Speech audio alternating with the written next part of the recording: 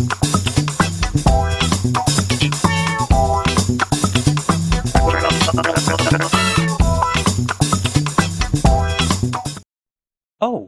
hello. Welcome to Morton and Webster. I'm Morton. And I'm Webster. And we begin this series by learning about independent clauses. That's great. But what exactly is an independent clause? An independent clause is a group of words that contains a subject and a predicate and expresses a single complete thought. And why is it so important that we understand independent clauses? Because independent clauses are the primary building blocks of good, correct sentences. These are sometimes called main clauses, aren't they? That's right, but I prefer independent clause because it helps us to remember that they can stand on their own as sentences. Got it. So, shall we get started? Let's go. Ah, this is lovely. Now, if I remember correctly, you said that independent clauses contain a subject and a predicate. That's right. But what does that mean exactly? Okay, you see that independent clause magically appearing in the sky as I speak? Well, would you look at that? The subject of that independent clause is in red, the lawnmower. That is what the clause is about. The lawnmower is the subject of the complete thought that is being expressed. So, what exactly is the predicate? The predicate is everything else in the clause.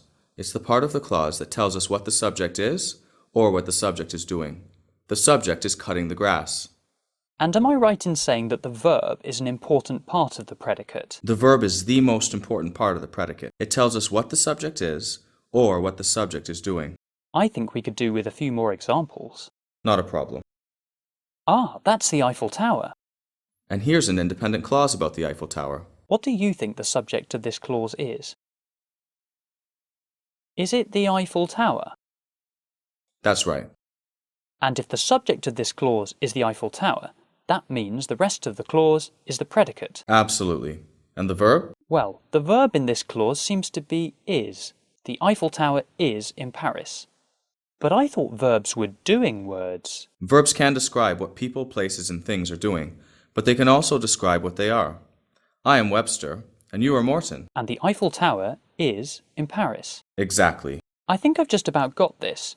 But do you think you could show me an example of an independent clause with a doing verb in the predicate instead? Not a problem. Where on earth is he going? Now, have a look at the following independent clauses. Can you identify the subject and predicate in each one?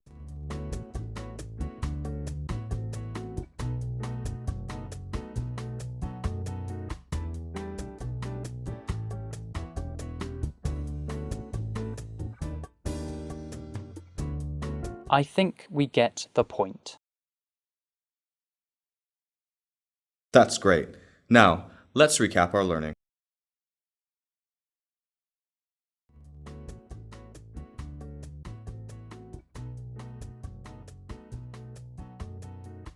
In today's lesson, we learnt that independent clauses contain a subject and a predicate.